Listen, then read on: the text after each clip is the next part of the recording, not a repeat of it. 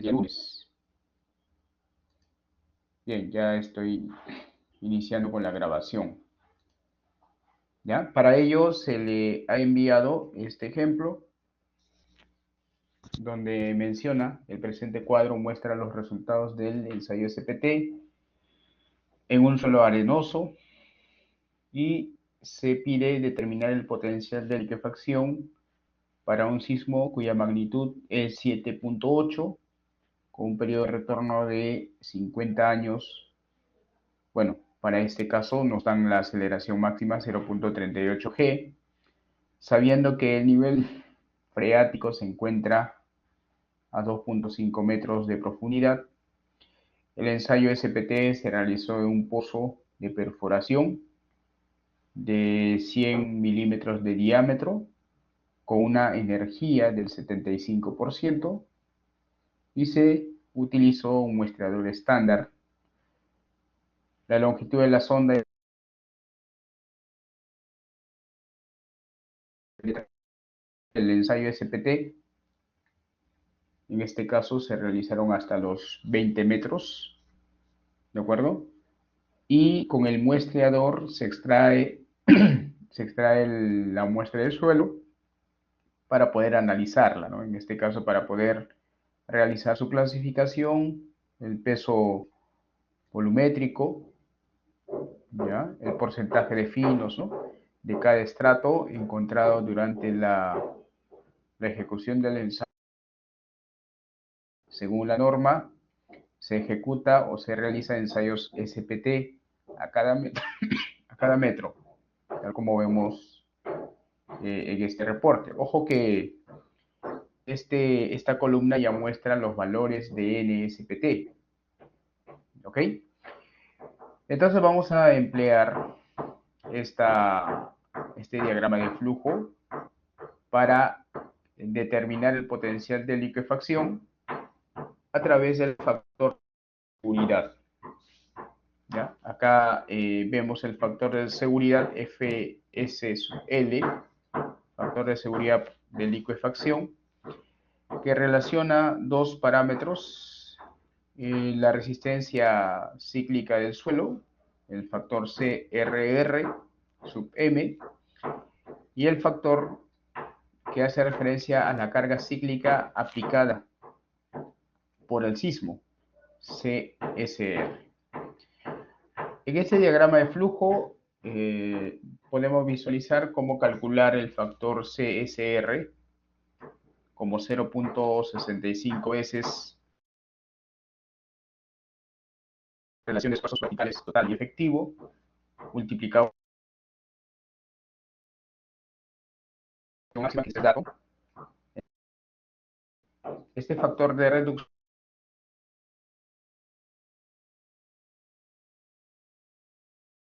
usando este abaco.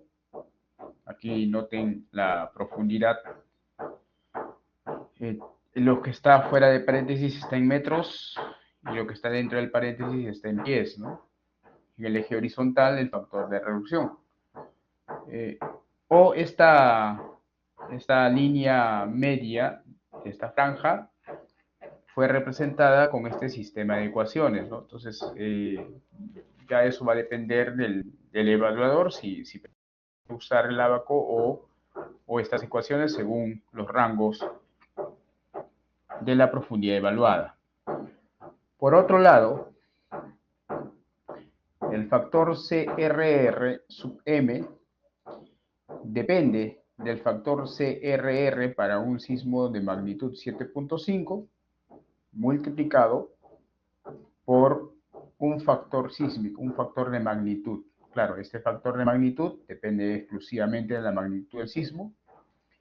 Y ese factor CRR para un sismo de 7.5 depende del N160 del ensayo SPT.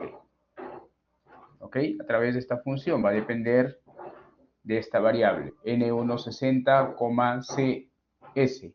Eso significa que al N160 obtenido del ensayo SPT hay que hacer corrección por la presencia de finos. ¿Ya? Y para hacer esa corrección por presencia de finos, se incorpora, o la metodología incorpora dos parámetros, alfa y beta. Esos parámetros dependen del porcentaje de finos. Entonces, lo que tenemos que hacer es, primero, analizar la información que tenemos, ¿no? En esta primera parte, para realizar una evaluación del potencial de liquefacción, necesitamos la aceleración máxima, necesitamos la magnitud de sismo, necesitamos el N de SPT, se requiere calcular los esfuerzos efectivos y además el contenido de finos. Justamente en el ejemplo nos dan, ¿no? Bueno, la profundidad, nos dan la clasificación del suelo. Aquí estoy colocando el tipo de suelo, si es arena o si es una arcilla, ¿no? Por ejemplo, acá hay dos estratos de arcilla. Lo voy a colorear para poder identificar fácilmente la arcilla. Tenemos el NSPT, tenemos el peso específico, con esto podemos calcular los esfuerzos, tenemos el porcentaje de finos de cada estrato. Y además la información nos proporciona la magnitud. Así que hemos verificado que tenemos todos esos datos. Entonces, con el valor de NSPT, lo que vamos a hacer es corregir para obtener el N160. ¿Ya? Y recuerden que para calcular el N160 hay que incorporar 5 factores, ¿no? Factor de corrección por energía, factor de corrección por el diámetro de la perforación, factor de corrección por longitud de varilla, factor de corrección por el tipo de muestreador y finalmente el factor de corrección por sobrecarga. Esa es la primera tarea, ¿no? Hacer las correcciones necesarias para determinar el N160. Una vez calculada el N160, vamos a incorporar el porcentaje de finos para corregir a este número de golpes por la presencia de finos. Y recién ahí podemos utilizar esta función para calcular el factor CRR, corregimos por magnitud de sismo y finalmente tenemos este componente que nos permitirá calcular el potencial de licuación. Como les decía, estos factores para realizar la corrección del NSPT se puede obtener a través de tablas, ¿no? Aquí esto ya lo habíamos visto en la primera parte del curso. Estas son la tablita que nos permite hacer la corrección. O también se puede saber usando esta gráfica. Esta es la gráfica que los autores presentan para ver si un suelo licúa o no. Efectivamente, aquí hay 3 curvas porque los autores evaluaron para 5%, 15% y 35% de finos. En el eje horizontal está el número de golpes en el 1.60 y en el eje vertical está justamente la relación de resistencia cíclica para un sismo de magnitud 7.5. Notarán que a la derecha en toda esta franja el suelo no licúa y a la izquierda de las líneas el suelo sí licúa. De forma general podemos decir que cuando el N160 supera 30, ya el suelo no licúa en esta zona. ¿Ya? Eso podríamos utilizar como un punto de referencia. Así que jóvenes, para resolver ese ejercicio, ya lo pasé acá a un Excel. ¿Ya? Y si me quieren acompañar, ahí les voy a compartir este Excel de entrada. Ahorita les comparto, a un momentito, para que durante la explicación ustedes me vayan acompañando con la elaboración de la hoja de cálculo que les va a servir para el trabajo final, la segunda parte básicamente, ¿no? Ahí ya les envié, pueden descargarlo. Les envié al grupo. Me confirman si lo recibieron. Imagino que sí. Ok, descárguenlo y empezamos a realizar la hoja de cálculo, ¿ya?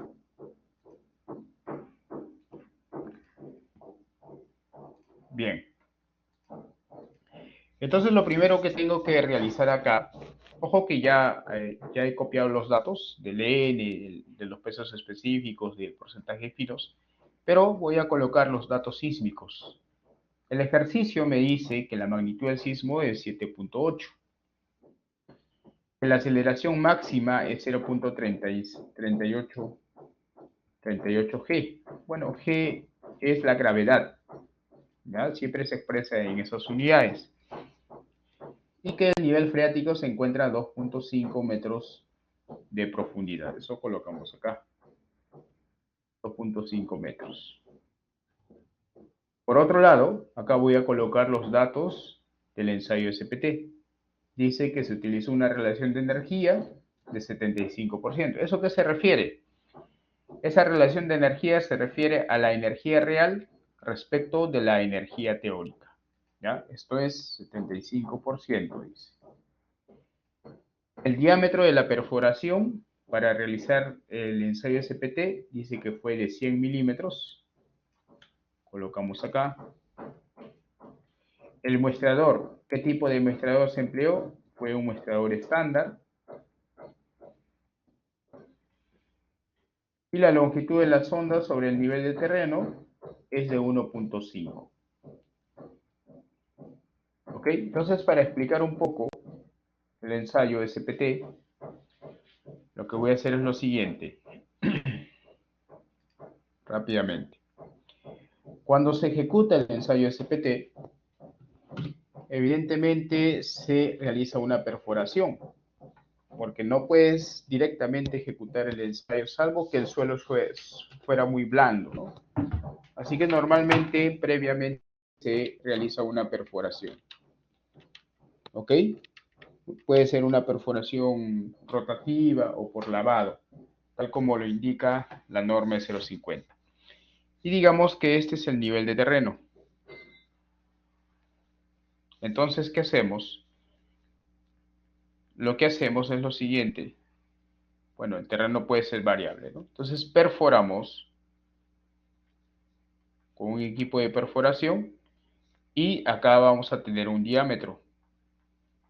Ese es en este caso 100 milímetros, ¿no?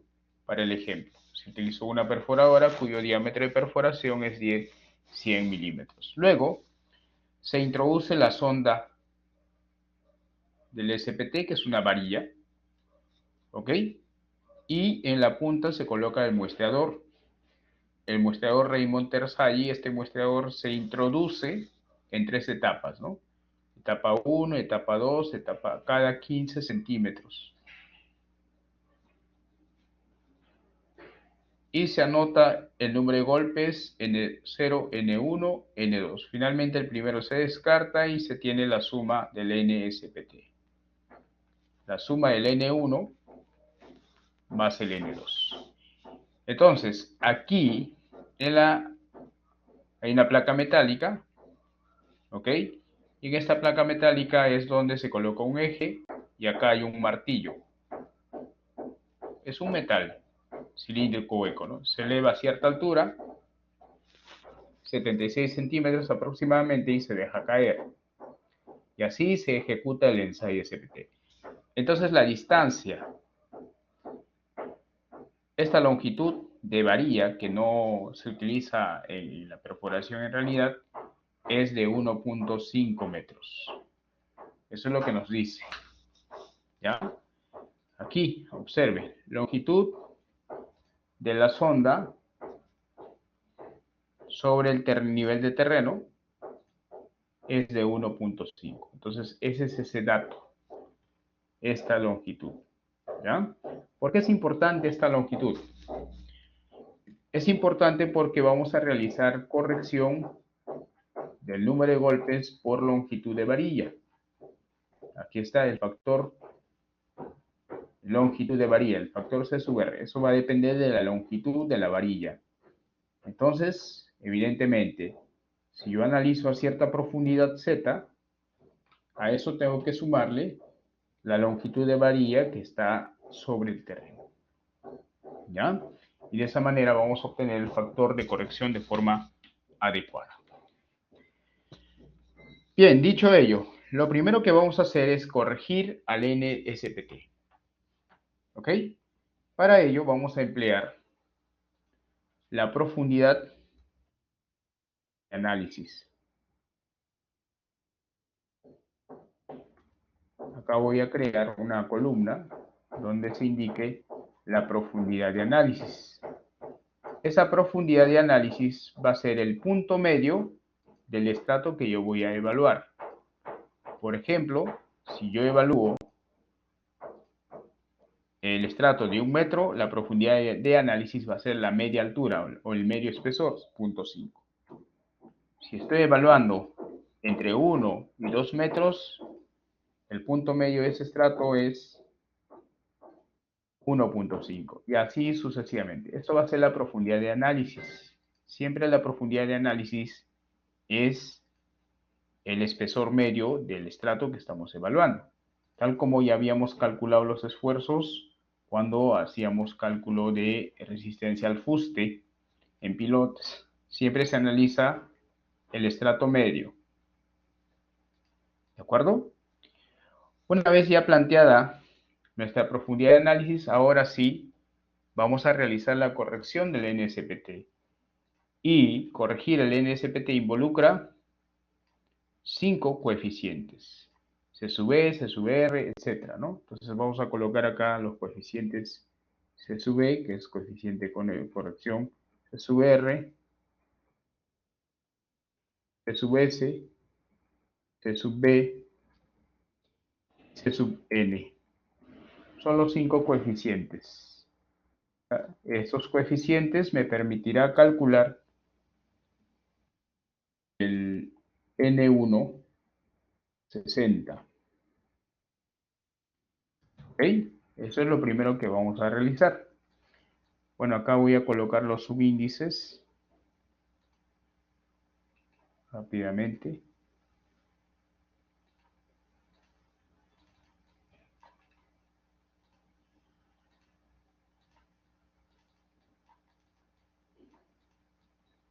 Ojalá me acompañen con la elaboración de la hoja de cálculo, porque eso les va a servir para el trabajo final.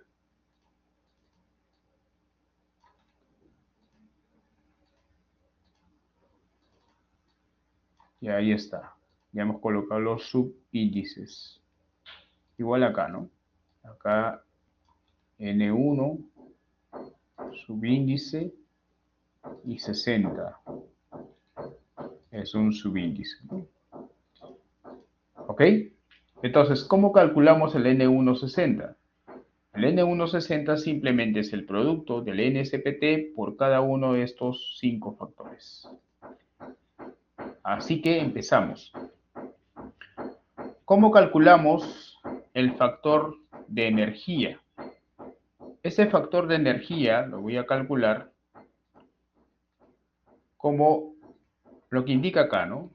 Entonces, el factor de corrección de energía es la relación de energía real entre energía teórica, todo eso dividido entre el 60%. Pero el problema ya me dan la relación de energía, que es el 75%. Así que a este valor lo divido entre 60%. Y eso vendría a ser el factor de corrección de energía. Lo único que hago es lo divido entre el 60%, o sea, 75 entre 60. ¿Ok? Y de esa manera ya tengo ese factor. Ahí está. Claro que como se utilizó el mismo ensayo SPT, para todos será el mismo, ¿no? El factor no cambia. Profesor, ¿puede volver a repetir esa parte? Sí, simplemente observamos, acá nos dice, ¿cómo calcular la corrección de energía? La relación de la energía total entre la energía teórica, todo eso dividido entre el 60%. Y como información del ensayo tenemos que esa relación de energía es 75%. Entonces lo que me queda es dividirlo entre 60%. O sea, en este caso lo estoy dividiendo entre 0.6 porque 0.6 es el 60%. ¿De acuerdo? Así obtengo ese factor. Profe, si solo tengo la energía real nomás, tendría que dividirlo primero entre ¿Cómo? él. Y solo tengo la energía real. Si usted solo tiene la energía real, bueno, en todo caso, cuando se utiliza o cuando se realizan ensayos SPT, tienes que conocer cuál es la energía real de ese ensayo. Y la energía teórica, pues esto se estima, ¿no? Recuerden, ustedes ya conocen, eso lo pueden calcular.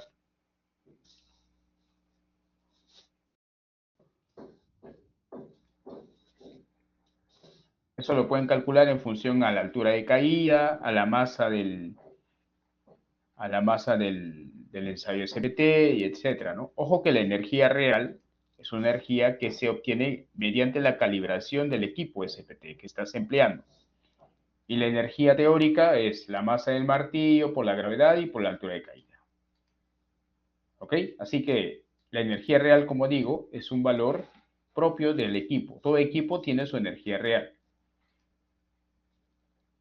Claro, eso se obtiene calibrando, ¿no? ¿Cómo se obtiene calibrando? Se coloca un sensor, se eleva el martillo, se deja caer y el sensor detecta la energía. ¿Ok?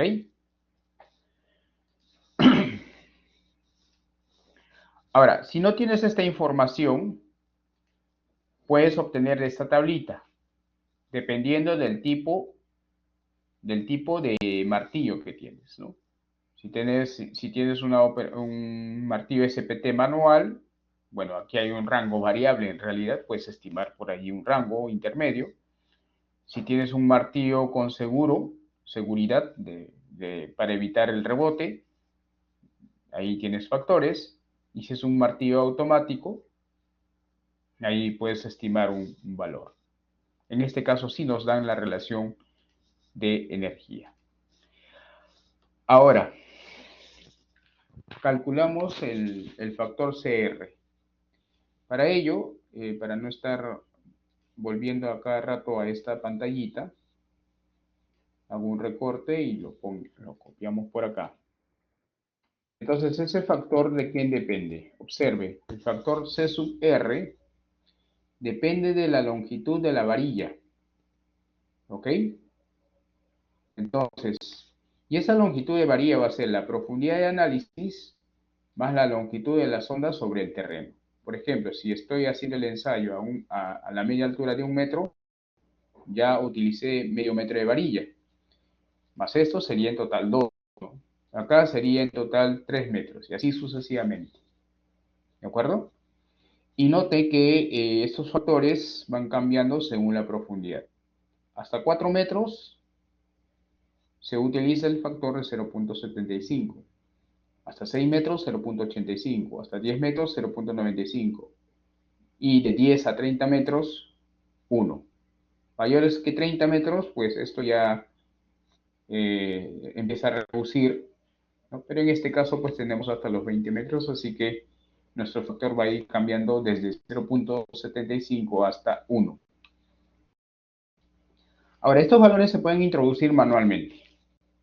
Puedo estar chequeando la profundidad, incluso acá puedo calcular la longitud de la varilla. Puedo generar una celda más, una columna más. Ok, longitud de varilla. Longitud de sonda sería. Sonda SPT. ¿Ya? Ojo que acá dice onda, ¿no? Debería ser sonda, ¿ya? La sonda es la varilla. Y puedo estar sumando, ¿no? 1.5 más 0.5. Pero esto lo mantengo fijo. Entonces así ya tengo la longitud de la varilla.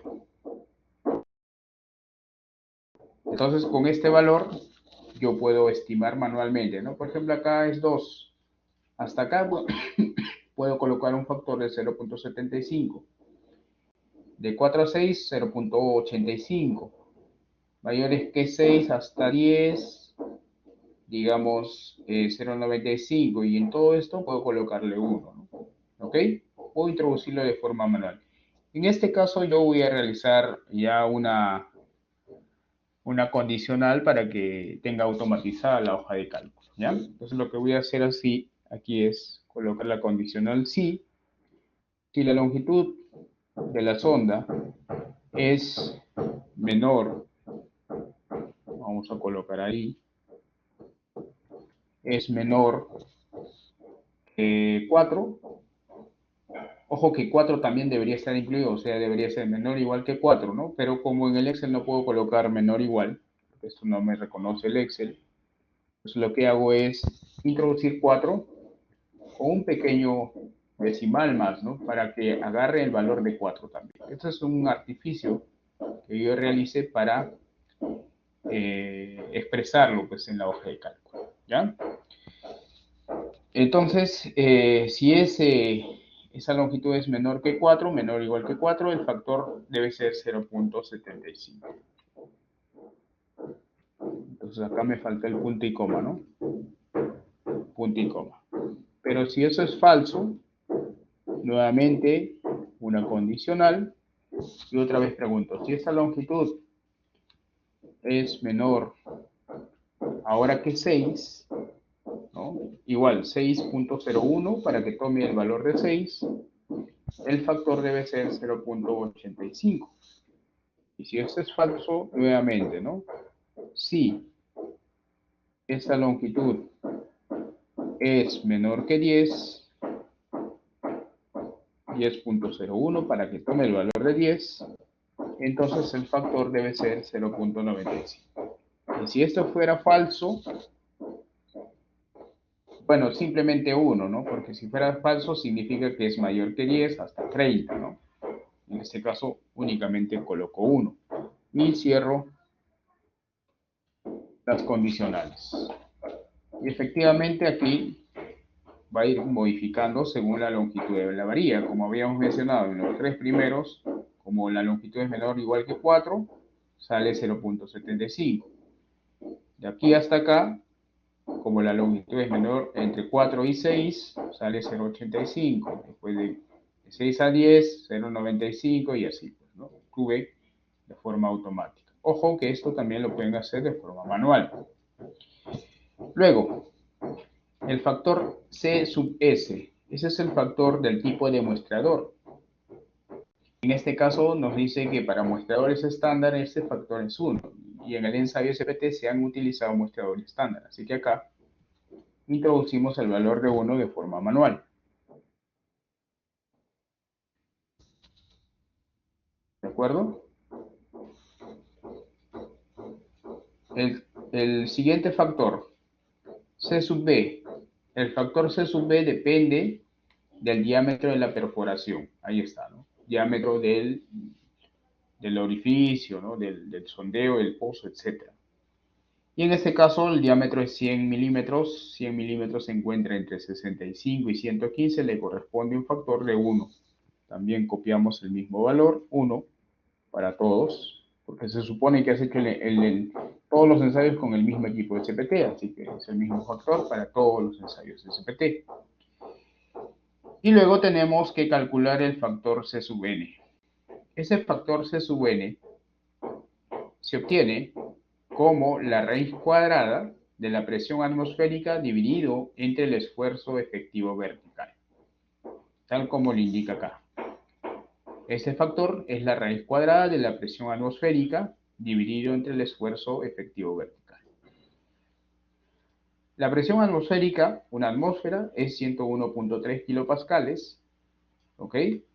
Y evidentemente tenemos que calcular el esfuerzo vertical. Así que, ¿cómo calculamos el esfuerzo vertical? Evidentemente acá necesito que, voy a introducir acá tres columnas más porque voy a calcular el esfuerzo vertical. Dicho sea de paso, estarán en kilopascales. Calcularé la presión de poros en kilopascales y el esfuerzo efectivo, ¿no? Repito, el esfuerzo total, la presión de poros y el esfuerzo efectivo. Ahí está. De esta manera. ¿Ok? Bueno, para que se entienda mejor esto, lo voy a cambiar de letra. Le voy a designar la letra símbolo, y ahí ya me cambia. Igual acá, para que haga referencia al sigma. ¿Ok? Entonces mi objetivo es calcular este valor. Una vez calculado este valor, ya puedo calcular el factor C sub L. Así que empezamos. ¿Cómo calculamos el esfuerzo vertical? Este esfuerzo vertical viene a ser únicamente la profundidad de evaluación multiplicado por el peso específico del suelo. Para el primer tramo sería 16.5 por 0.5. Para el segundo tramo sería, noten que los esfuerzos se van sumando. Sería el esfuerzo del tramo anterior más la distancia entre ese tramo, o sea, la profundidad 1.5 menos la profundidad anterior, que en este caso siempre esa distancia va a ser 1 metro, ¿no? ¿Ok? Entonces, esa distancia multiplicado por el peso específico a esa profundidad. Y de esa manera, los esfuerzos se van sumando. Noten que los esfuerzos van incrementando progresivamente, ¿no? Entonces, así es como calculo los esfuerzos verticales. Repito, para el primer análisis sería, en realidad sería esta profundidad por el peso específico más el esfuerzo en la superficie, ¿no? Pero en la superficie el esfuerzo es cero, por eso ya me estoy colocando la suma de cero. Pero para el siguiente nivel, básicamente lo que estoy haciendo es esto, ¿no? O sea, si acá tengo los esfuerzos, por decir, este es el estrato y esta es la profundidad de análisis, esto vale 1 metro, esto vale 0.5, ¿no? Entonces estoy calculando este esfuerzo. Será 0.5 por el peso específico. Luego, el siguiente estrato es de 1 metro también, porque el ensayo SPT se ha realizado cada metro. Entonces, me ubico en el punto medio y calculo el esfuerzo acá. En este punto, el esfuerzo sería el esfuerzo anterior más esta distancia, bueno, lo llamo H, por el peso específico de este suelo. Y así sucesivamente, ¿no? Para el siguiente va a ser una suma acumulativa. Y esta suma acumulativa es lo que se visualiza acá. ¿Ok? Entonces, el esfuerzo anterior más la diferencia de distancia entre esos niveles de evaluación por el peso específico de ese estrato. ¿Ok? Y así para todos. Ahora, ¿cómo calculamos la presión de poros? Bueno, la presión de poros depende únicamente del nivel freático. Y aquí el problema me dice que el nivel freático se encuentra a 2.5 metros. O sea, en estas tres primeras filas, la poropresión sería cero, pues, ¿no? Porque el nivel freático, el agua recién se encuentra acá. Si se quiere, voy a colocar una línea azul que haga referencia al nivel del agua, ¿no? Entonces, no sé si se trazó. Creo que no. Bueno, imagino que sí entienden, ¿no? Esto es un suelo no saturado, el nivel freático empieza a partir de acá. Entonces, la poropresión se calcula como la distancia o la profundidad por el peso específico del agua. Pero acá también voy a colocar una condicional. Si esta profundidad de análisis es menor que la profundidad de ubicación del nivel freático, de esa manera, entonces si eso fuera verdad, la poropresión sería simplemente cero. Pero si eso fuera falso, significa que esta profundidad de análisis es mayor que 2.5, en ese caso, que me calcule de esta manera, ¿no? Esta profundidad menos el nivel freático, esa vendría a ser la altura de agua, multiplicado por el peso específico del agua. Pero voy a considerar 10 kilonewton metro cúbico. Ese es el valor del peso específico del agua. De esta manera, Creo que por ahí me faltó un paréntesis. Vamos a chequearlo. Ya, está bien. ¿Ya? Entonces, si se dan cuenta, en las primeras tres filas el resultado debe ser cero. Y efectivamente, ¿no? Y progresivamente ahí va a incrementar de 10 en 10 porque la distancia entre cada estrato evaluado son 10. Es un metro, ¿no? Un metro por el peso específico del agua va a ir incrementando de 10 en 10. Finalmente, el esfuerzo efectivo es el esfuerzo total menos la presión de poros. Y ya tengo el esfuerzo efectivo. ¿De acuerdo? Ahora calculamos este factor.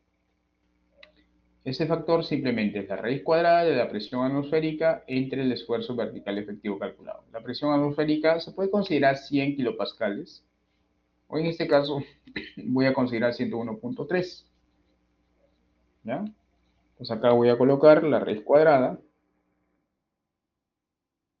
de 101.3 entre el esfuerzo vertical efectivo. Y ahí está. Esto lo voy a redondear a 2. Redondear a 2 decimales, ¿eh? Para que no... Suficiente con 2 decimales. Bien, entonces ahí tenemos los factores.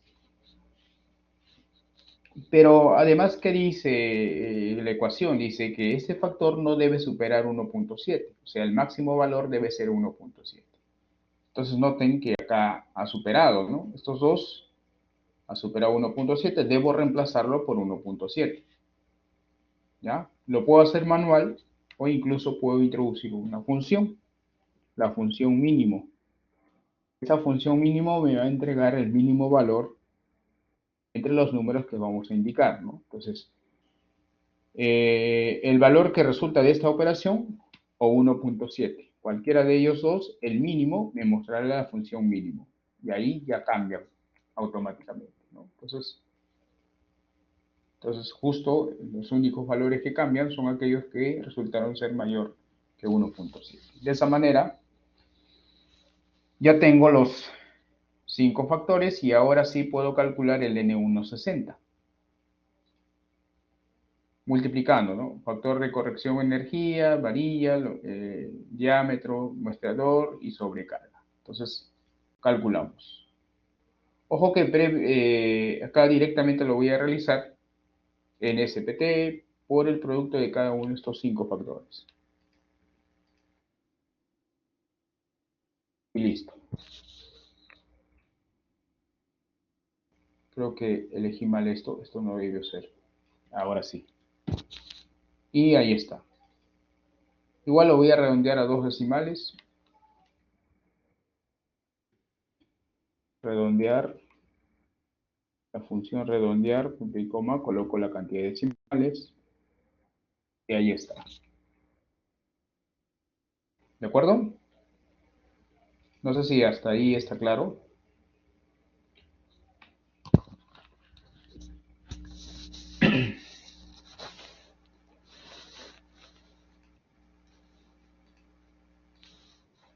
¿Sí? ¿Se entiende?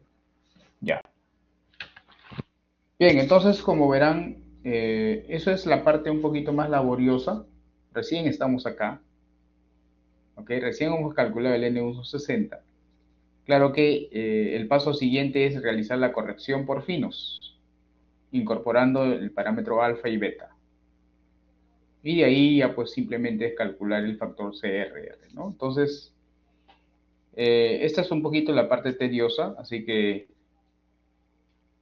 todo esto lo voy a ocultar porque corresponde al ensayo SPT para que no sea muy extensa la hojita. Así ya simplifico, ¿no? Acá me sale una pestañita, puedo ocultarlo, ¿no? Ya está, simplemente muestro el N160. Entonces acá vamos a realizar la corrección por finos, incorporando alfa y beta.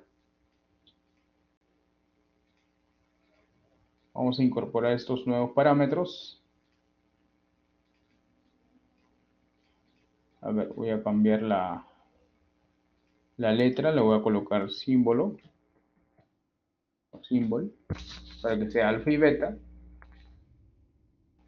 Y acá vamos a colocar los valores en función al porcentaje de finos. ¿Ya? ¿Qué nos dice el método? Dice, alfa y beta se calculan de esta manera. Bueno, voy a hacer el recorte más amplio.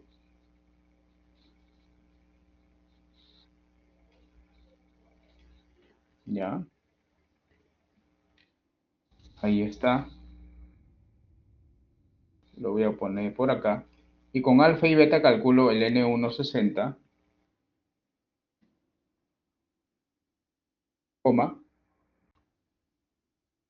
CS. Esta extensión, CS, hace referencia a que ya se ha corregido por presencia de finos. ¿Ok? Entonces, ¿cómo se calcula esto?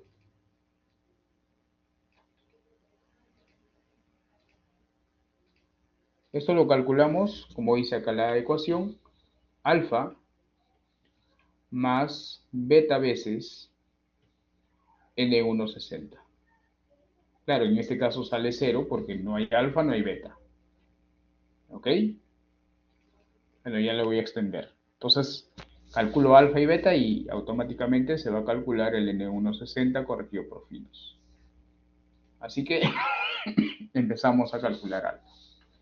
Pero alfa tiene tres posibilidades, ¿no? Puede ser 0 cuando el porcentaje de finos es menor o igual que 5. Puede calcularse mediante expresión cuando el porcentaje de finos está entre 5 y 35 y alfa vale 5 cuando el porcentaje de finos es mayor que 35. Entonces, como es bueno, hay tres ecuaciones, voy a colocar una condicional. ¿Ya? La condicional lo voy a colocar de la siguiente manera.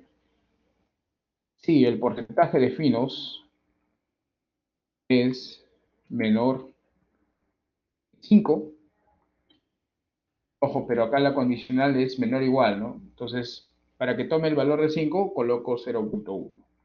Entonces ahí sí ya va a tomar el valor de 5 también, ¿no? Eso es un artificio, ya les mencionaba anteriormente, pero ese es un artificio que yo acostumbro colocar para que tome también al valor 5 en este caso. Claro que va a tomar un poquito más incluso, ¿no? Pero bueno, ya está cerca, así que el error es mínimo. Si eso es cierto, el resultado sería 0, ¿de acuerdo? Y si eso no es cierto, nuevamente coloco la condicional sí. Acá me falta un punto y coma. ¿No? Si el porcentaje de finos es menor que 35. Ojo que ya no pongo mayor, pues, ¿no? Mayor que 5, porque si no cumple esta condicional significa que el porcentaje de finos es mayor que 5, ¿no? Entonces simplemente restringo con 35. Si eso es correcto, entonces hay que calcularlo de esta manera. La exponencial de 1.76 menos, abrimos paréntesis para que no haya error de cálculo, 190, cierro paréntesis, entre, abro paréntesis, porcentaje de finos al cuadrado, cierro paréntesis. ¿Ok? Cerramos paréntesis, ahí ya cerró hasta la exponencial. Y si eso no es cierto, significa que el porcentaje de finos es mayor o igual que 35. Y si pasa eso, pues simplemente sería 5. Y con ello ya cierro la condicional. Cerramos la condicional de ambos. Efectivamente, ¿no? Observe, aquí el porcentaje de finos es menor que 5. Los resultados deberían ser ceros. A ver, vamos a ver para verificar si no hubo un error de cálculo, un error de ingresar las ecuaciones, ¿no? Y efectivamente, ¿no? Acá vemos que como el porcentaje de finos es menor que 5, obviamente 0. El porcentaje de finos es mayor que 35, sale 5. Acá también sale 5 porque supera 35, ¿no? Entonces, de esta manera ya tengo el factor. ¿Ok? Esto lo voy a mostrar simplemente con con dos decimales. Y para beta hacemos lo mismo, ¿no? Y como las condicionales son las mismas, así que voy a copiar. Copiamos acá. Pero tengo que modificar, ¿no? Sobre todo cuando beta, bueno, el porcentaje de finos es menor que 5, el resultado no es 5, sino acá el rango, el resultado debería ser no 0, sino 1, ¿no? Modifico eso. Cuando es mayor que 35, el resultado es 1.2. Y cuando está entre 5 y 35, este exponencial lo voy a cambiar por una nueva función, y esa nueva función es 0.99 más el porcentaje de finos al cuadrado dividido entre 1000. Y quedaría de esa manera. Acá, en estas columnas va a ser 1, ¿no? Ahí está. Igual acá voy a considerar dos decimales nada más. Y ya tenemos el valor de N1.60. Esto lo voy a redondear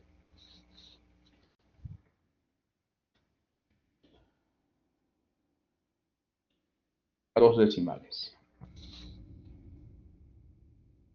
Ahí está. ¿Ok? Y de esa manera ya hemos calculado el N1.60 y corregido por finos. Sí, ¿cuál es su consulta?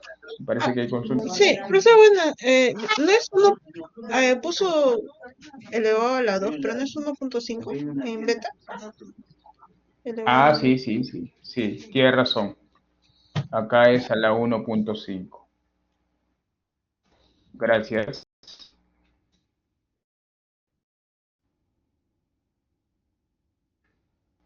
1.5. Ya, ahí está. Ya está corregido. Muchas gracias. Bien, ya tenemos el N1.60 y corregido por finos. Y el siguiente paso es calcular el factor CRR para una magnitud de 7.5. O sea, esta ecuación me permite calcular el factor de CRR cuando la magnitud del sismo es 7.5. Eso es lo que indica este método. ¿Ya? Entonces aquí voy a colocar. Noten que depende del N1.60 corregido por finos. Entonces acá vamos a colocar CRR 7.5.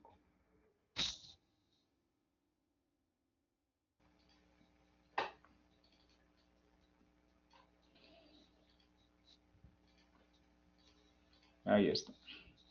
Bueno, simplemente introducimos la función 1 entre 34 menos N1.60.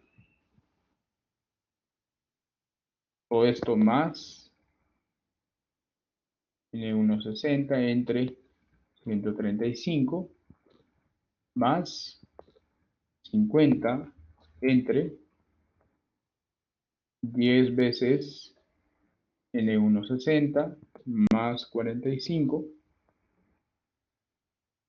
Todo esto más 1 entre 200. Ahí está.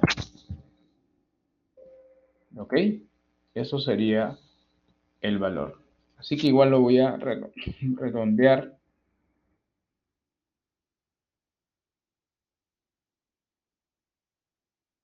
Redondear a dos decimales. Ojo, que este factor siempre es pequeño. ¿Ya? Así que no se alarmen si los resultados son así. ¿Ya? Siempre resulta ser menor que 1. ¿Ya? Bueno, ya tenemos este valor. Y noten acá, jóvenes, esto es importante que ustedes lo analicen. ¿Qué pasaría si el N1.60 superara el valor de 34? O igualara incluso. ¿Qué pasará? Observen esta ecuación. Cuando el N1.60 igualara a 34, significa que este valor se vuelve infinito. No se puede calcular. ¿De acuerdo? Pero, gracias a Dios, eso no causa ningún problema en el análisis porque cuando el N160 supera 30, el suelo ya no licúa. Así que esta ecuación no va a tener ningún problema, ¿no? Porque sabemos que si el N160 es mayor que 30, el suelo ya no licúa. Así que si te salen valores raros acá, entonces ese suelo ya no licúa, simplemente. ¿Ok? Es más, ya podemos identificar acá cuáles son los suelos que no van a licuar. Observe acá, todos estos valores superan a 34. Entonces, este último tramo ya no va a licuar.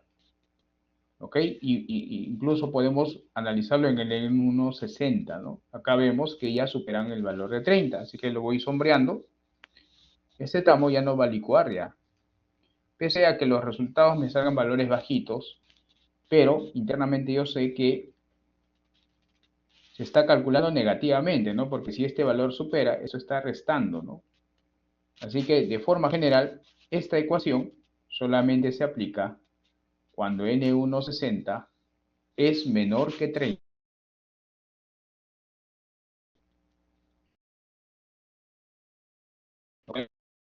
Repito, esta ecuación se utiliza cuando el N160CS es menor que 30.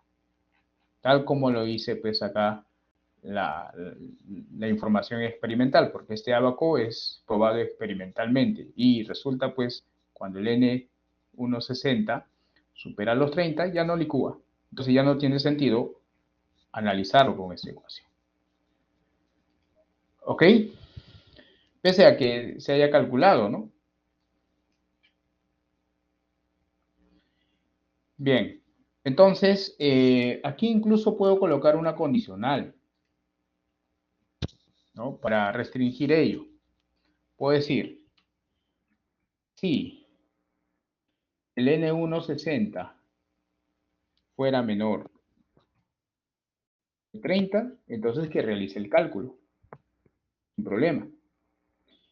Pero ¿qué sucede cuando es mayor que 30? Entonces coloco un valor de tal manera que el suelo ya no liquefacte. Y ese valor, por experiencia, puede ser 1 o puede ser 2. Generalmente yo recomiendo trabajar con números pequeños. Por ejemplo, puedo colocarlo, ¿ya? De esta manera, lo que estoy consiguiendo es que en vez de aparecer números acá 0,38, 0,35, van a aparecer números iguales a 1. ¿Y por qué 1? Porque, como les decía, esos valores son siempre pequeños. Y si colocas 1, esto va a incrementar el factor de seguridad, haciendo que el suelo ya no licúe. Evidentemente, cuando el n supera 30 ya no va a licuar, entonces necesito colocar, o sea, necesito ya forzar a la ecuación de tal manera que me proporcione datos un poquito elevados. Y además, observando acá, en la curva, observen, ¿no? Los valores de n de SRR siempre son menores que 0.6. O sea, ni siquiera supera la unidad. O sea, colocar 1 ya es bastante. Y eso te va a elevar el factor de seguridad, porque este valor va a ser muy grande con respecto a acá. Entonces el factor de seguridad va a ser también numéricamente grande. Entonces de esa manera es un artificio que yo genero para saber qué licúa y qué no licúa. ¿Ya? Pero ojo, eso se coloca con criterio. Siempre analizando el N160.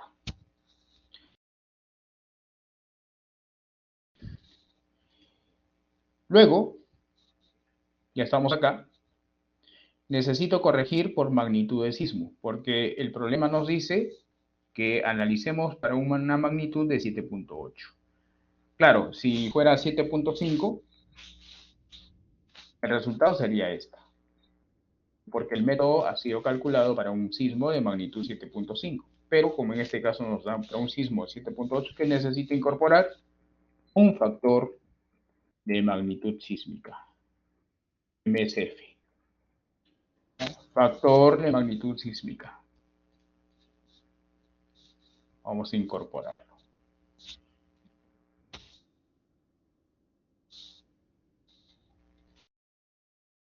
¿Cuál es el factor? Pues va a depender de la magnitud del sismo. De esta manera. Sí, adelante.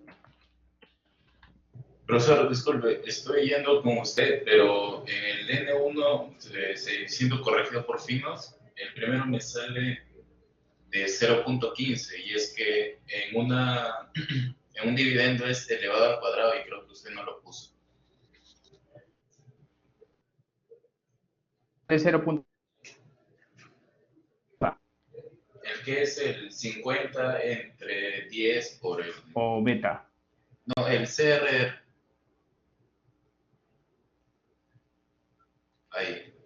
El que... Ya. A ver. Sí, tal vez se me haya pasado. Vamos a chequear. Ahí es que... Sí. Tiene razón. Entonces acá vamos a elevarlo al cuadrado. Esto faltó elevarlo al cuadrado. Ahí está. Ajá, sí, hay un cambio, ¿no? Ya, hubo un error ahí. Ya leemos. Gracias por advertir. Igual en esa zona no cambia, ¿no? Porque ya hemos colocado esa condicional. Que cuando el n es mayor que 30, pues ya no funciona esta ecuación, sino más bien colocamos el valor de 1. ¿Ok? Bien. Entonces ahora voy a incorporar esta función, más 1.12 por la exponencial de menos la magnitud de sismo. Ya, acá vamos a colocar menos, bueno, salió 1, menos la magnitud de sismo es, acá lo voy a colocar en una celda fija, dividido entre 4. ¿Ok? Y todo eso le sumamos 0.828. Ahí está. Esto lo voy a redondear a 2 decimales.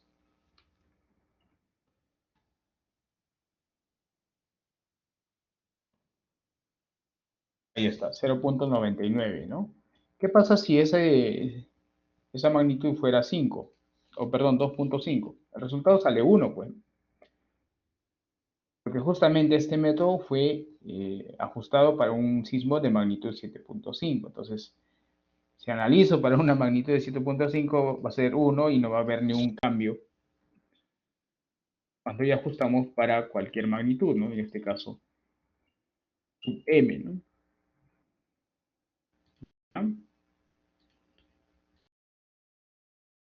Ahí está. Entonces acá sería ese factor multiplicado por CRR. Pero en este caso nuestro sismo es 7.8, ¿no? Por eso es que hay un cambio. ¿De acuerdo? Y quedaría de esa manera. Así que ya hemos calculado este factor. ¿Ya? Y ahora, bueno, aquí hay una pequeña variación, hay una reducción. Bueno, eso no va a cambiar los resultados en realidad. ¿Ya? Esto lo voy a achurar de verde. ¿Ya? Y aquí voy a proceder a ocultar todo esto para no extender mucho la hoja de cálculo. ¿Ya? Ojo, ya hemos calculado el N160, ya hemos calculado el factor CRR para la magnitud deseada, y ahora estamos acá, nos falta únicamente calcular este factorcito. Esto sí es más rápido, ¿ya? Esto va a depender de la aceleración máxima, ¿no? El PGA, la máxima aceleración sísmica, y la profundidad, nada más. Entonces, evidentemente, si no nos dieran la aceleración, tengo que usar el mapa de isoaceleración, ¿no? ¿Ya? Y no sé dónde está el mapa. Acá está. Ojo, si no me dan la aceleración, tengo que usar este mapa. Por ejemplo, si me dicen el proyecto se ubica en Pisco, entonces tengo que irme a Pisco Pisco está por acá. Entonces, utilizar, por ejemplo, 0,50, ¿no? 0,50G. Si me dice el proyecto está en Lima, me tengo que desplazar hasta Lima. ¿Ya? Este es Lima. 0,42, ¿no? Por ejemplo, en Lurín, en esa zona, con 0,42. Si por lo contrario me dice está en Chimbote, que son lugares donde hay licuación, Chimbote está por acá. A ver, ya me perdí. Esto es Lima. Chimbote está justo acá. Aquí está, ¿no? Esta frontera es el río Santa, ¿no? Entonces Chimbote está acá. Le corresponde una aceleración de 0,44, ¿no? Claro, si estás en la playa, ¿no? Hay un pequeño rango de variabilidad que puedas asumir, ¿no? ¿Ok? De esa manera es como vas a estimar la aceleración tomando en cuenta el periodo de retorno de 50 años que le corresponde, perdón, el tiempo de vida de 50 años que le corresponde un periodo de retorno de 475 años, ¿no? Eso es, ¿ya? Bueno, en este caso ya nos daban la aceleración, así que no hay mucho problema. Y lo único que calculo es el factor R sub D. R sub D. Este factor R sub D depende únicamente de la profundidad. Entonces, tomamos, ojo, como ya les decía, puedo usar esta gráfica, claro que tendría que usarlo manualmente, o usar este sistema de ecuaciones, que es la misma, ¿ya? Si usted grafica este sistema de ecuaciones, vas a obtener esa gráfica. Entonces ahí está. Voy a usar este sistema de ecuaciones. Una serie de condicionales, ¿no? Hay 4 condicionales como mínimo. Entonces, pregunto, si la profundidad de análisis es menor que 9.5,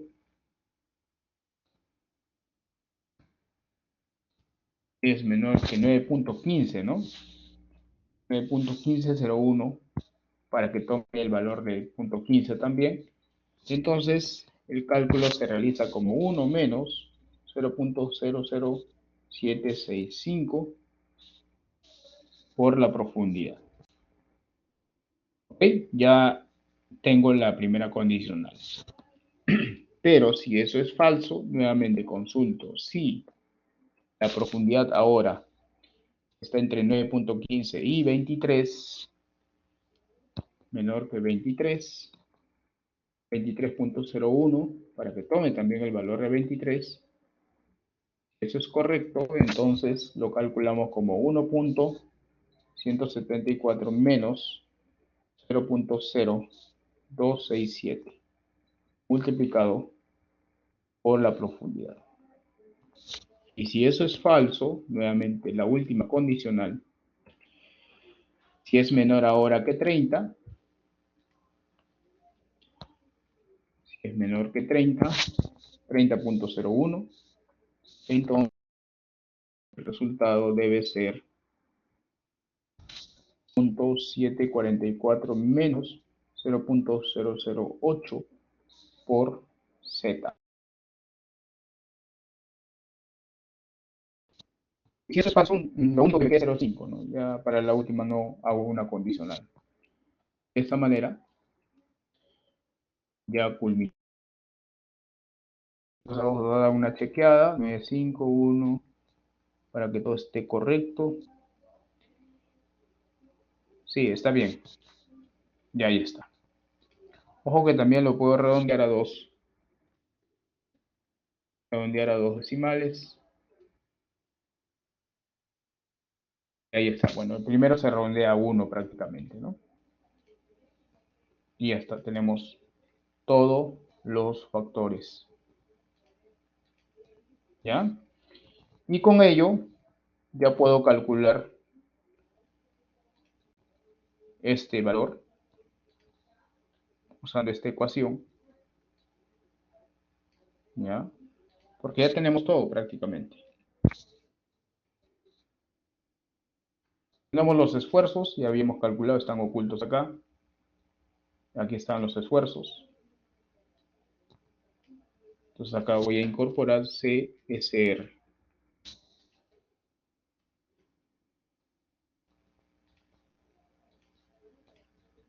¿Ok? Bueno, sería 0.65 por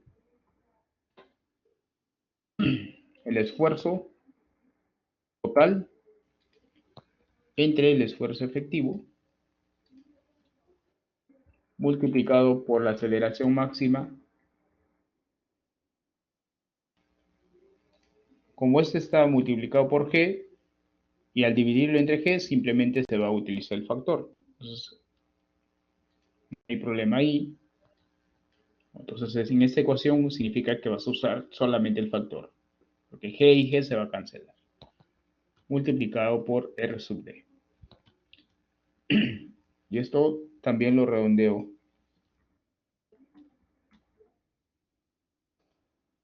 a 2 decimales. Y ya está. Con eso ya hemos calculado todo.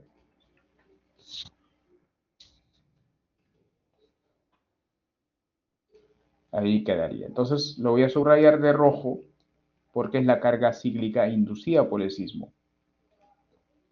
Bueno, no de rojo, sino de naranja en todo caso. ¿Ya? Entonces, si este factor supera a la resistencia del suelo, entonces el suelo licúa. Y eso es determinado mediante el factor de seguridad por liquefacción.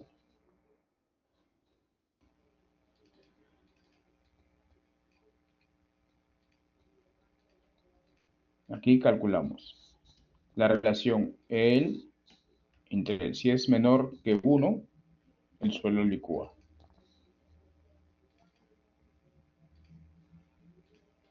Ahí está. ¿Ok? Eso sería el análisis. Ojo que este análisis es simplemente el uso de digamos, del diagrama de flujo, ¿no? Pero hay que analizarlo, ¿no? Porque hay que interpretar los resultados, ¿no? A ver si son correctos o no, si son coherentes o no. ¿Ya? Ahora, ¿qué nos dice la teoría? La teoría nos dice que para que un suelo se liquefacte tiene que ser arena. ¿Ok? Entonces, veamos acá. Tengo arcilla, porque los suelos con contenidos de arcilla mayores que 20, eso ya no licúan. Entonces, observamos acá si licúa o no. Bueno, no licúa, ¿no? Y acá, ¿licúa o no? Tampoco licúa, porque el factor de seguridad es mayor que 1. Sin embargo, para saber si un suelo licúa o no, si bien es cierto, cuando el factor de seguridad supera 1, el suelo ya no licúa, pero en la práctica se da un valor un poco más alto. Ya se considera 1.25 en la práctica. Porque como este es digamos, un análisis debido a que involucra incertidumbre, porque no estamos en realidad prediciendo este sismo, quizá ocurra un sismo de mayor magnitud y mayor aceleración, ¿no? Entonces se le agrega un poquito más al factor de seguridad. Y justamente eso voy a colocarlo acá. Condición. Condición. En esta condición indicaré si si el factor de seguridad es menor que 1.25, el suelo licúa. Si es mayor, el suelo no licúa. ¿Ya? Entonces coloco, si este factor de seguridad es menor que 1.25, ojo que ya no coloco 1, sino estoy ya comparando con 1.25. Si eso es cierto, entonces el suelo licúa. Pero si eso es falso, el suelo no licúa.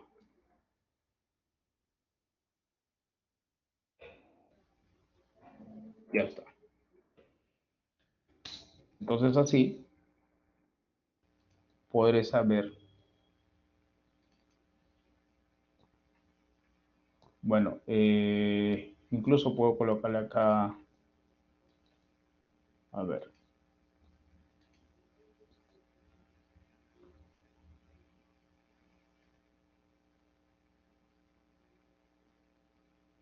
Creo que es esta. Si licúa rojo, ¿ya? Si no, azul pondremos, ¿no? Ya está. Y si no, verde, pues. Franja verde. Ahí está, ¿no? Estos son detalles, ¿ya?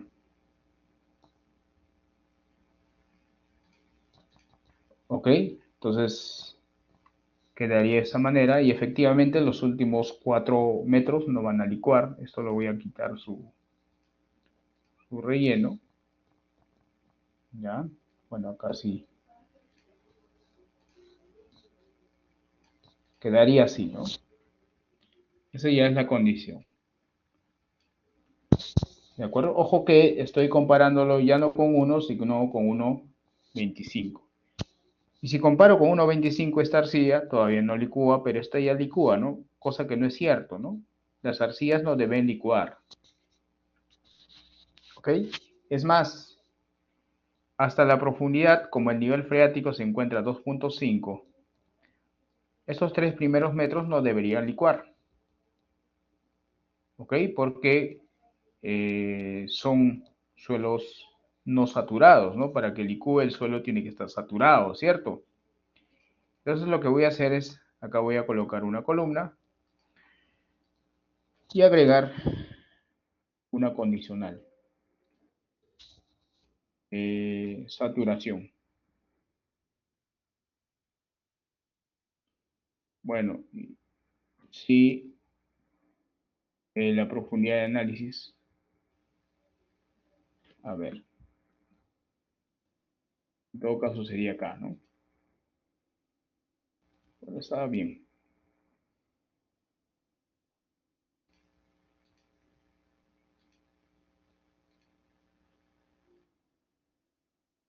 A ver, acá voy a colocar una columna.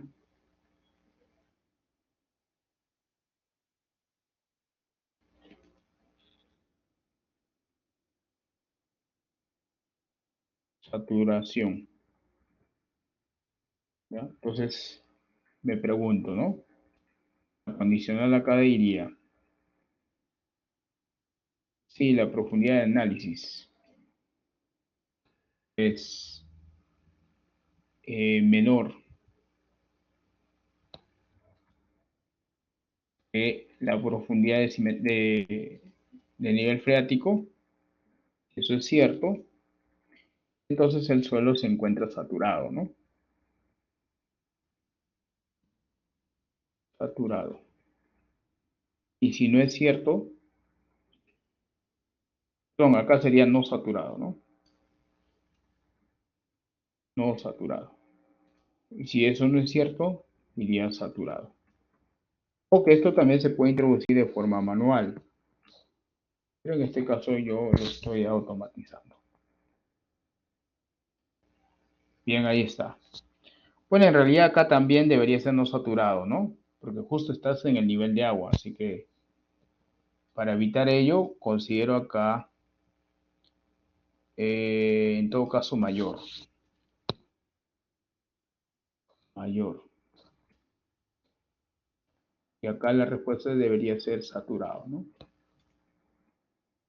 Acá no saturado. Ahora sí, invierto nada más la condicional. Ahora sí aparecerán los 3 primeros metros, no, las 3 primeras columnas no saturados. Y luego saturado, ¿no? Entonces, eso de alguna manera tiene que afectar a la resistencia, pues, ¿no? Ok, a este valor. Entonces ahí modifico, pues, más que todo, no tanto a este valor, sino a este valor. Bueno, se puede modificar acá también, incluso al factor de seguridad, pero lo voy a corregir acá. ¿Ya? Entonces colocaré acá la siguiente condicional. Si esta celda es igual a la palabra saturado, entonces que haga el cálculo. Pero si no es correcto, o sea, si el suelo fuera no saturado, entonces que el factor sea 1. Y con eso ya cambian las cosas. Y notarán acá que ya no va a licuar los 3 primeros metros. Ahí ya no licúa. Porque ya lo estoy reemplazando por 1, ¿no? Porque si es no saturado no tendría sentido usar las ecuaciones, ¿no? Para evaluar el potencial de liquefacción. Entonces ahí ya estoy corrigiendo un poquito la hoja de cálculo, ¿no? ¿De acuerdo? ¿Qué más? Por arcillas, ¿no? Debo corregir también por arcillas. Entonces acá, nuevamente, coloco otra condicional. Si esta celda es igual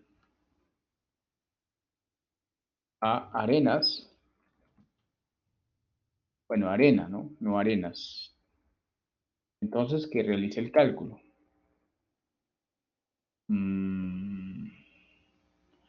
Aunque solo estaría englobando arena. Mejor que sea arcilla.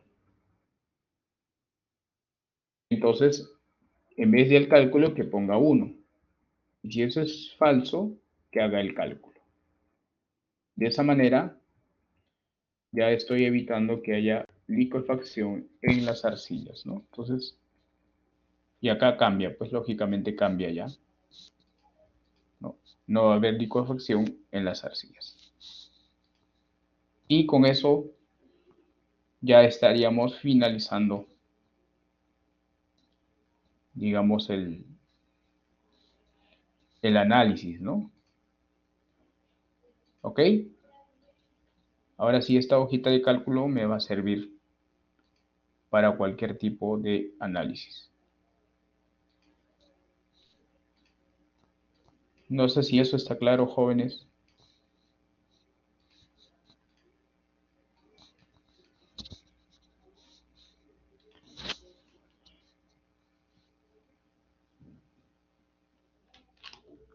Ojo que la última parte, eso incluso ya lo puedo modificar manualmente, porque sé que las arcillas y los suelos no saturados no van a licuar, así que manualmente puedo colocar no licúa, ¿no?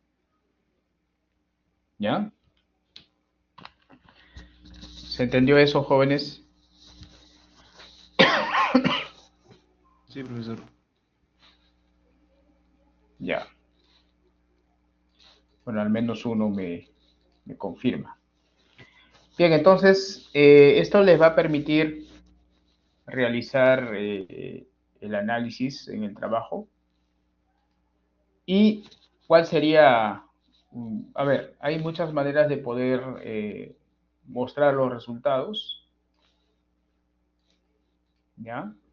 Y en este caso se debe mostrar los resultados gráficamente. Vamos a insertar una gráfica.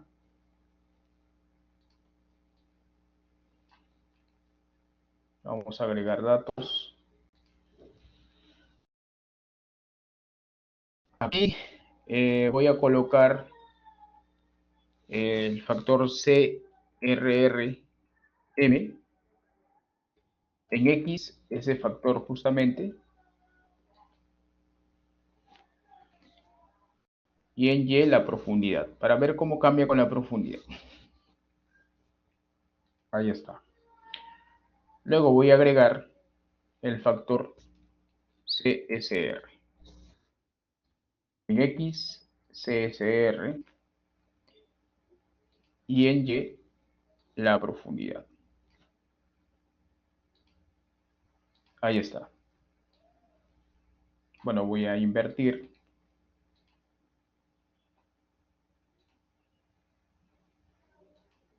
No, no es así, ¿no? Valores inversos. Ahí está. Y la profundidad máxima es 20, ¿no? No supera 20. Así que a cada metro. Ya está.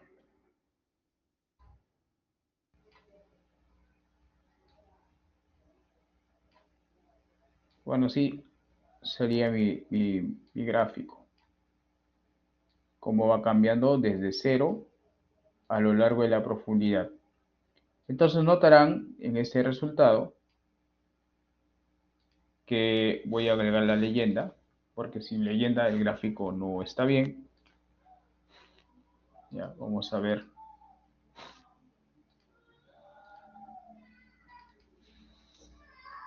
¿Qué gráfico presentar? Uno que tenga leyenda, ¿no? Este de acá está con la leyenda. Ahí está, ¿no? Entonces, la línea de color azul es CRR. Y ojo, acá está la profundidad.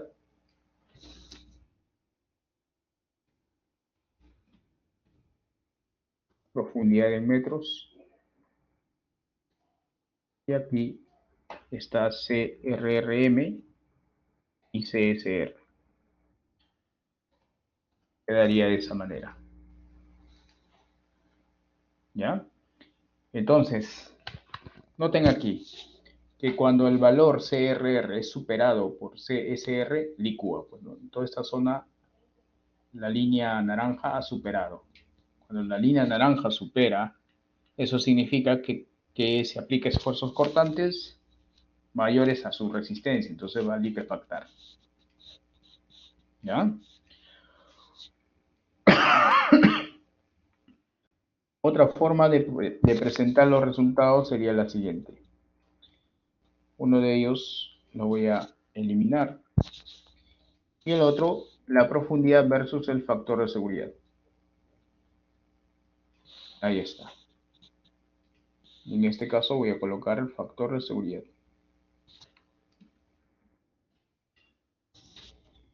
¿Ya? Y puedo introducir el límite. Ya habíamos dicho que estamos controlando con 1.75, ¿no? Entonces desde 0 hasta la profundidad de análisis, que es 20 prácticamente.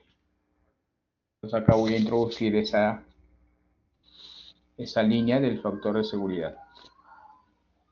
Factor de seguridad. En este caso voy a colocarlo el valor 1.25. Eso va a ser mi tope. En X, el factor de seguridad. En Y, la profundidad. Y sale una línea, ¿no? Una línea de color rojo.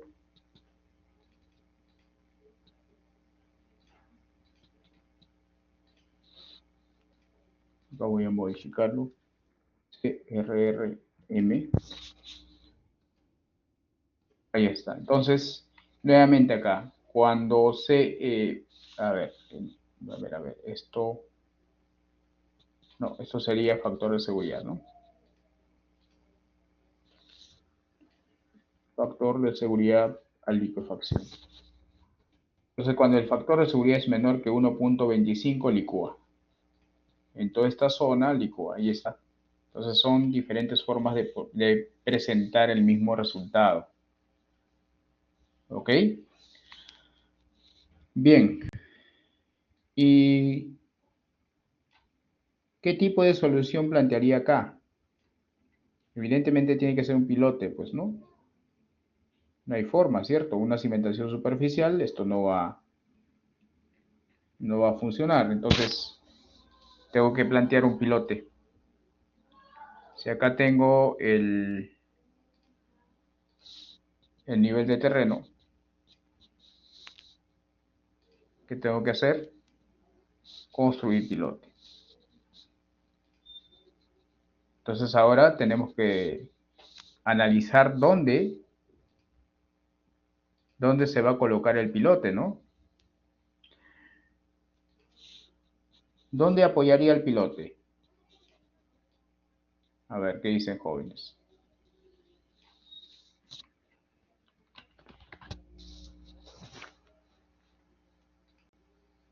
¿Dónde cimentaría el pilote?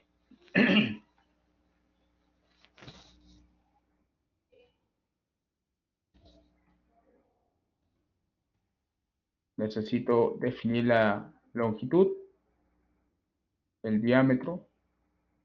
A ver, jóvenes, Bueno, en este caso vamos a colocar el tipo de pilote excavado.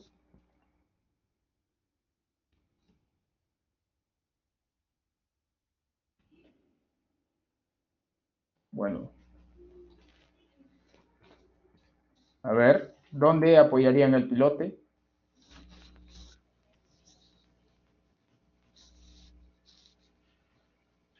A los 20 metros, No, 23. 23. A ver, ¿por qué no acá?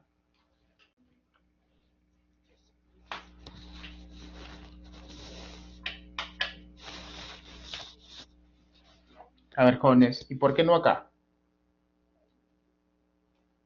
O incluso acá, ¿no? ¿Se pudiera apoyar acá en los primeros 3 metros?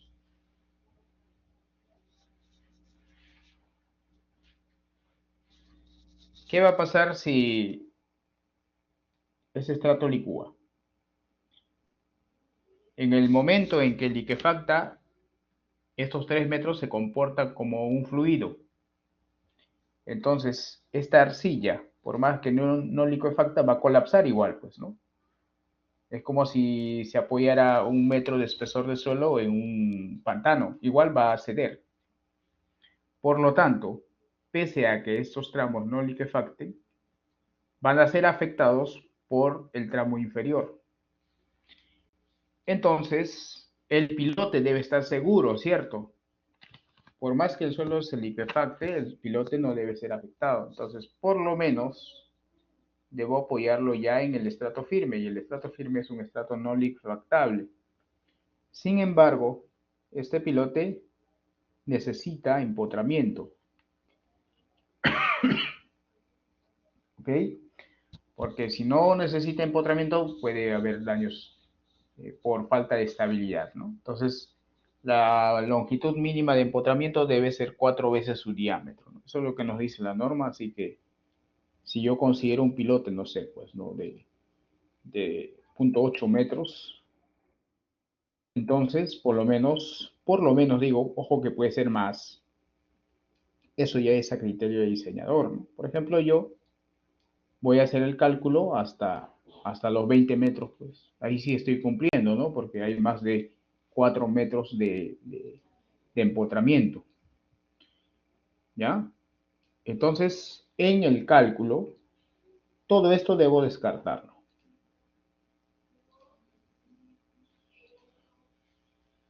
Porque recuerden, la norma dice, ¿no? Y si tienes un suelo licuable, no se considera en el cálculo del fuste. Entonces, en el fuste solamente ingresaría todo este estrato. Aquí el fuste sería 0 simplemente, ¿ya? Entonces ahí podemos hacer el análisis de capacidad de carga, ¿no? Por ejemplo, rápidamente, brevemente vamos a realizar, uy, ya son 6:40, ¿no? Bueno, a ver, ¿cómo hacemos? Quiero terminar esta parte, ¿ya? Para que esté incluido el tema de diseño de pilotes, al menos la parte de análisis, ¿ya? Y el control de lectura, en todo caso, lo paso para el lunes, ¿ya? No hay premura para el control de lectura. Más bien quiero abordar este tema de una vez para que tengan material con el cual avancen su trabajo. Por ejemplo, voy a usar a Aoki Veloso.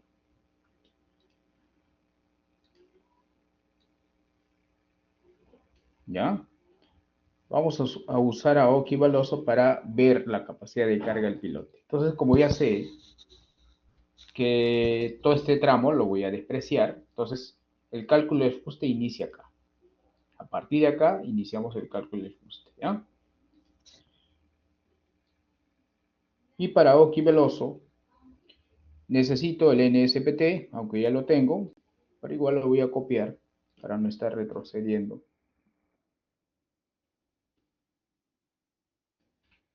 Ahí está.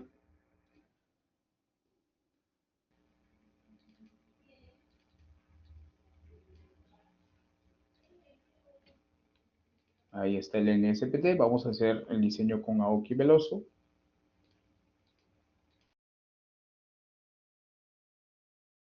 voy a copiar.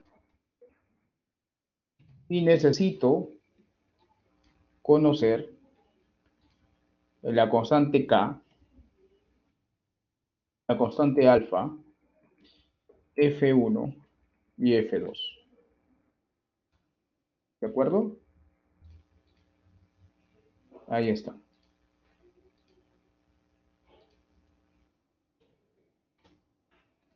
Eso va a depender del tipo de suelo. Porque noten, pues esas constantes, claro, F1 y F2 dependen del tipo de pilote. Como estoy eligiendo un pilote excavado, acá vemos, ¿no? Excavado de concreto armado, 3 y 6. 3 y 6, respectivamente.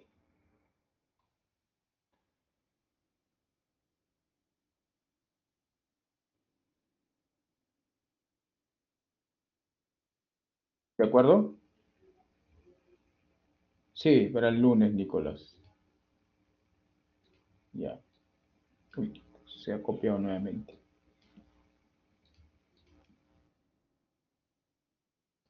Ahí está.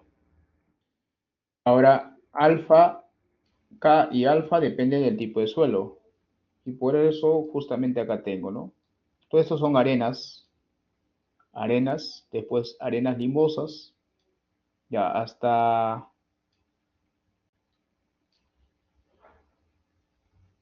la profundidad de 6 metros, o sea, hasta acá, son arenas.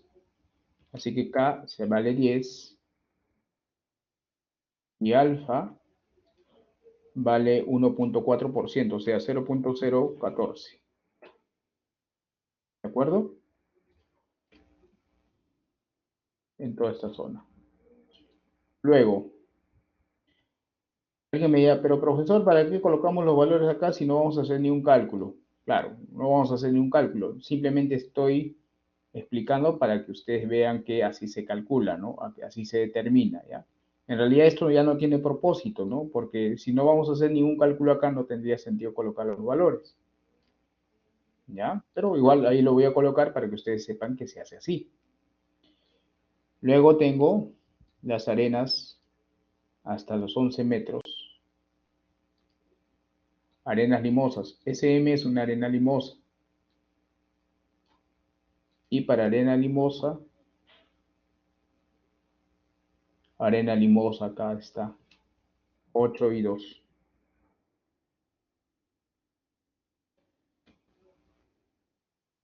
8 y 2. Luego viene una arcilla, me parece. Una arcilla. Buscamos la arcilla. Bueno, acá no hay arcilla directamente, posiblemente esta sea una arcilla arenosa. Entonces uso este valor, 3.5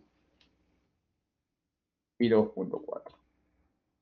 Luego sigue una arena arcillosa. Busco arena arcillosa, 6 y 3.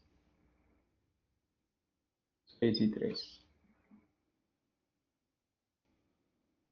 Luego sigue una arcilla otra vez. Y finalmente una arena arcillosa. De ahí están todos los valores de K y alfa. Ojo que acá el valor de K está en kilogramos centímetro cuadrado. Siempre es importante estar colocando las unidades, ¿no? Para tener un orden y no te equivoques. Desde ya, cuando elaboras la hoja de cálculo, vas colocando las unidades. Bien, ya hemos dado uso de los diferentes factores y vamos a hacer el cálculo de la carga por punta. Ojo que el método me proporciona en kilogramos centímetro cuadrado, ¿no? Pero ya de una vez lo voy a pasar a toneladas, metros cuadrados. Saben que el factor es simplemente 10, ¿no? Acá vamos a calcular de la siguiente manera. Si yo cimentara, hipotéticamente, imagínense que el suelo no liquefacte. Entonces este análisis debo realizarlo desde el primer metro, pues, ¿no? Si yo cimentara al primer metro, utilizaría el NSPT de ese metro.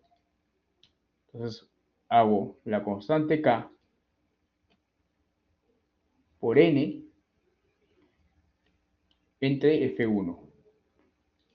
Pero, como ya le estoy convirtiendo a toneladas, le multiplico por el factor 10. Ahora ya están en toneladas. Y así sucesivamente, ¿no? Entonces, este cálculo me dice lo siguiente. Si yo cimentara 1 metro, la capacidad de carga por punta o la presión por punta sería este valor. Si cimentaras a 2 metros, sería este valor. Y así sucesivamente. Si cimentara 16 metros, sería este valor. Y así, ¿no? ¿Ok? Luego calculamos el fuste. Asumiendo que no liquefacte, ¿ah? Primero estoy asumiendo que no liquefacte. Ya después descartaré, pues, ¿no? Ahí está. Entonces, el fuste, ¿cómo se calcula? Ahí está, pues, ¿no? Alfa por K por N promedio. Ojo que acá no es necesario promediarlo porque estoy haciendo el cálculo a cada metro, ¿no? Simplemente uso el N, pues. Creo que, a ver, algo no está bien. A ver, nuevamente. A ver, el N promedio por alfa por K entre F2. Repito nuevamente, acá no necesito promediar porque estoy usando el Excel, ¿no? Si fuera manualmente, pues para reducir la cantidad de cálculos puedo promediar porque se parecen acá bastante, lo promedio. Luego acá se parecen bastante, lo promedio. Acá se parecen mucho, lo promedio y ahí lo reduzco. Ya no analizo metro a metro, sino en 4 o 3 tramos nomás. Pero acá vamos a analizar a cada metro, entonces no necesito promediar. Lo multiplico por 10 para pasarlo a toneladas. Eso sería el fuste. Pero necesito multiplicar, creo que aquí está bien. Aquí da bastante, ¿no? Ya. Necesito el área, ¿no? El área en la punta, en metros cuadrados, y el área lateral en metros cuadrados. Para recién tener, digamos, la carga por punta, ¿no? Hoy, digamos, bueno, el área va a ser la misma. Bueno, si yo asumo un diámetro de 0.8, eso será pi por el diámetro al cuadrado.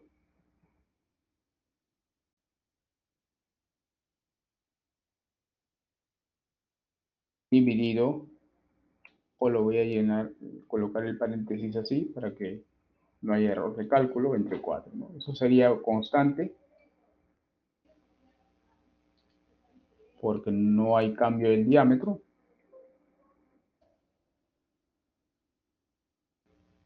Pasó algo.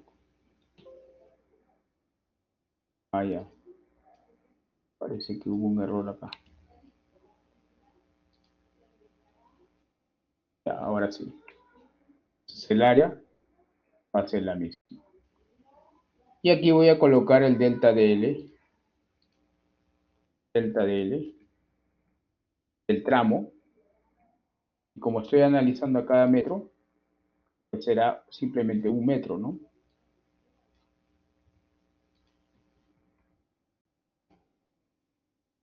1 metro todo, pues, ¿no?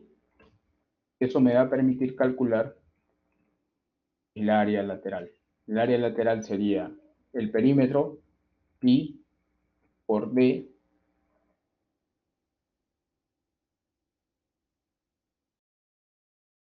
dl, ¿no? Ahí está. Eso va a ser una constante. Y con eso ya tengo la carga por punta y la carga por punta en toneladas.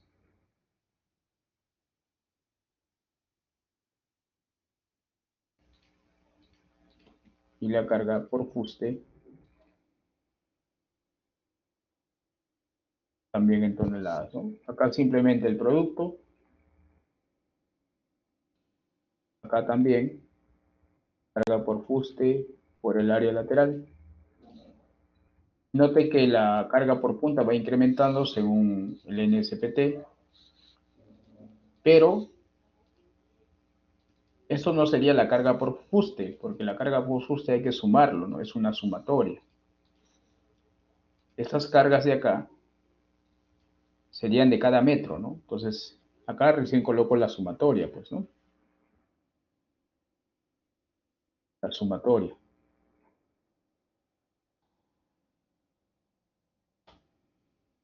Eso es lo que realmente se coloca. Entonces acá va, pero al siguiente va sumando, ¿no? Y así sucesivamente. Eso sería realmente la carga por fuste. ¿Ok?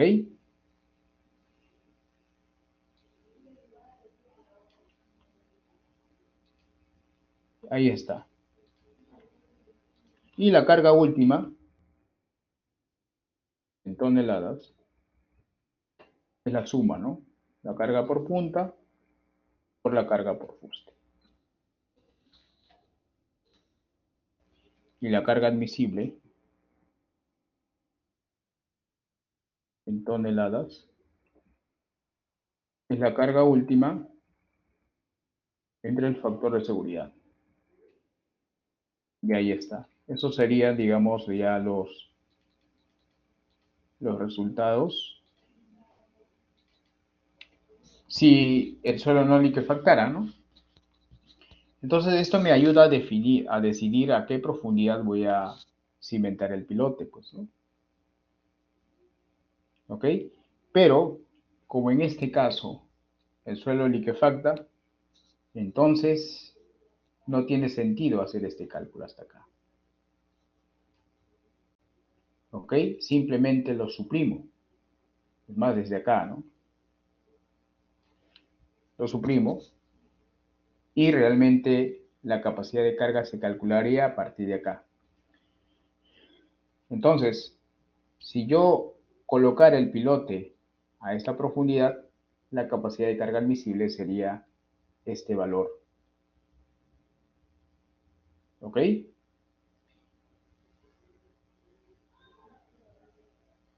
No sé si eso está claro.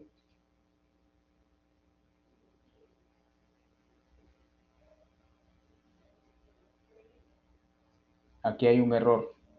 Acá lo puse 2. Esto debería ser 0.002. Me sorprendía de que salía valores altos. Bueno, 0.2. Siempre estaba en porcentaje. Sería 0.024. 0.03.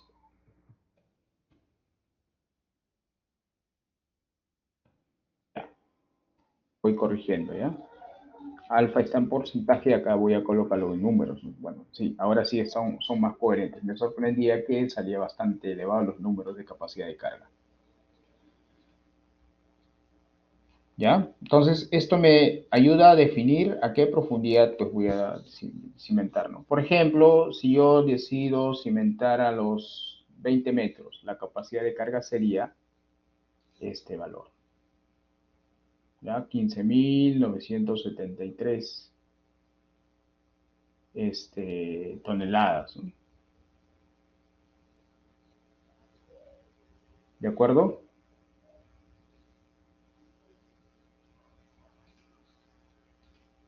No sé si eso está claro.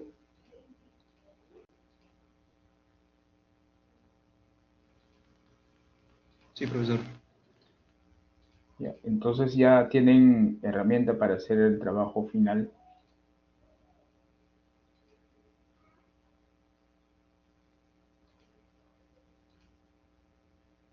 Acá salió algo extraño. A ver, voy a corregir.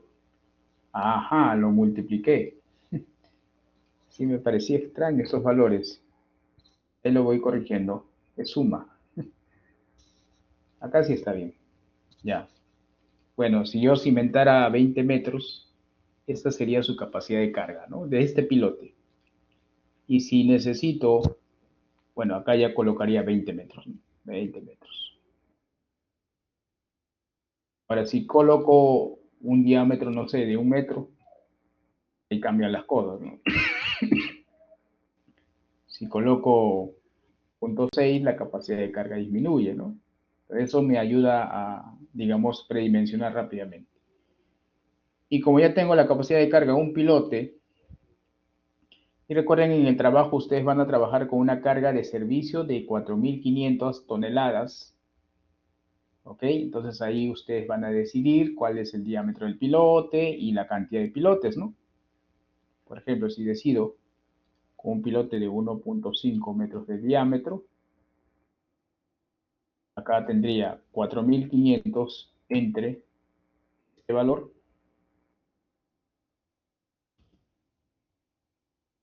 Por decir, utilizaría unos 9 pilotes, ¿no?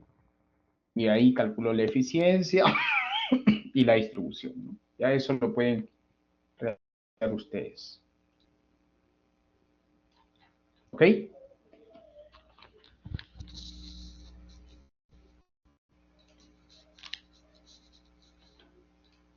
Entonces, si queda claro.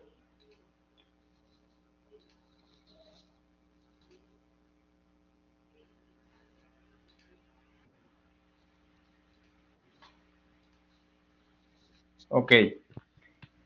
Bien, jóvenes, entonces, bueno, con eso ya tienen material para avanzar con la parte 2 del trabajo.